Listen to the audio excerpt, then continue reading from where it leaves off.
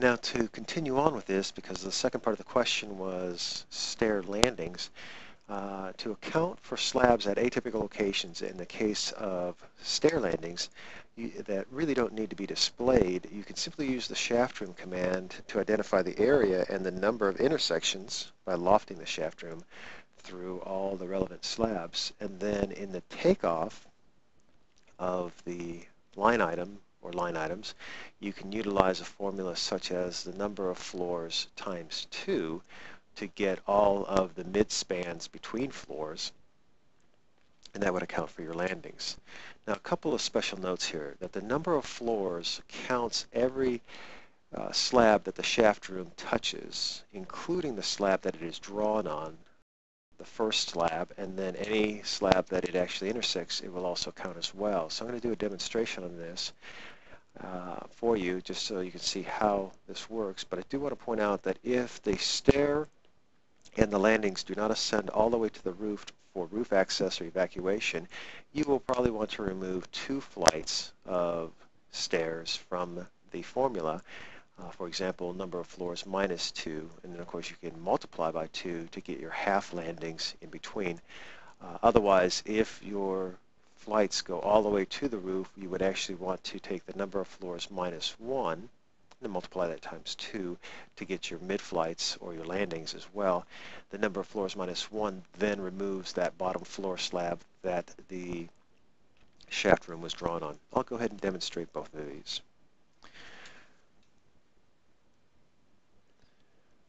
I'm going to open up a separate project here.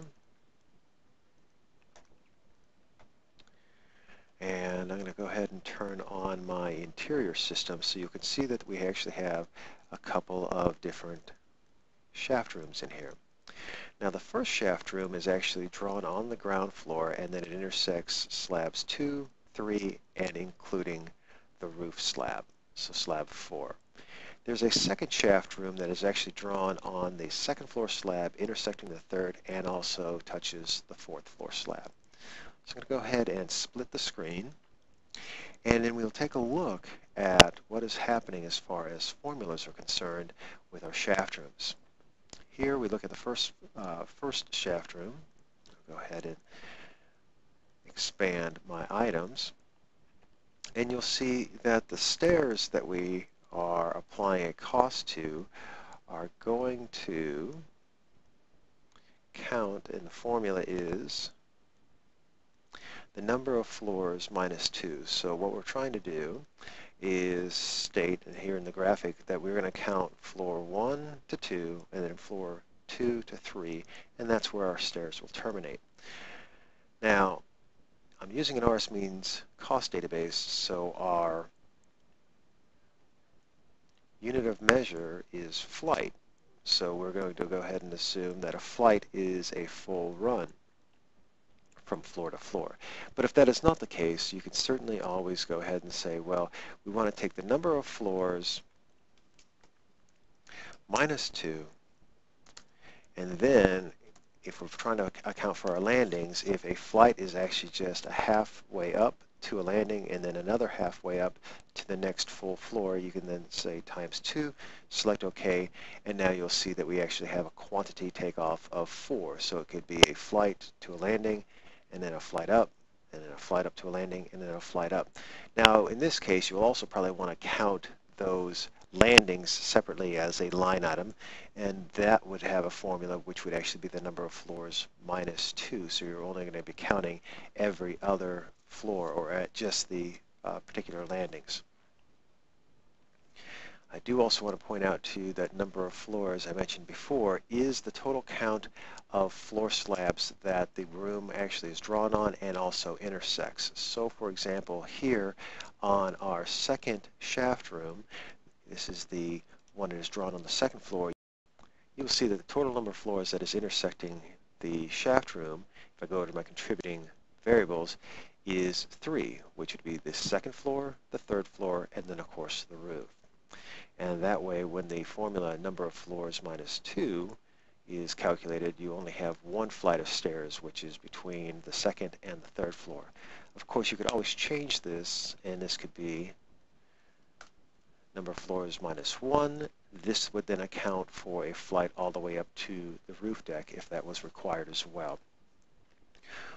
Shaft rooms are very powerful and give you all this information about what it intersects with when it comes to a slab. You also have the ability to either choose to show the holes or the openings in this, and this is a property of the actual shaft room itself. So I'll go ahead and make this full screen.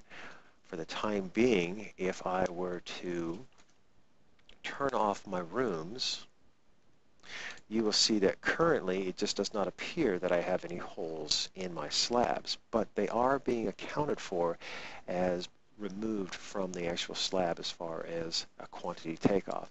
You can, however, as we are in the interiors system, look at the properties of the shaft room, and we can actually tell the system to show the holes. By default, it is false or off for speed. If we just don't need to see it, there's no need to actually cut those extra holes. But if we do want to see it, we can go ahead and select true. Now, by doing so, I can then come back over, turn off my room, and then you'll see where the holes actually are for the shaft room intersecting the second and the third floor. Now here I'm going to do a combination of the other video, which is, let's just say I wanted to pass that property over to the one that is actually residing on the second floor.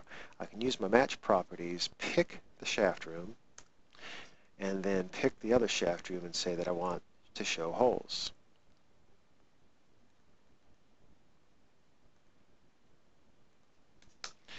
Then when I turn off the rooms, you'll see that the show holes actually occurs on the third floor. So it's a combination of what was demonstrated earlier. If you haven't seen that one yet, you might be interested in the match properties. And then also shows a little bit of extensibility to what the shaft room is capable of doing, similar to that of the structure system holes. However, holes does not require the shaft room.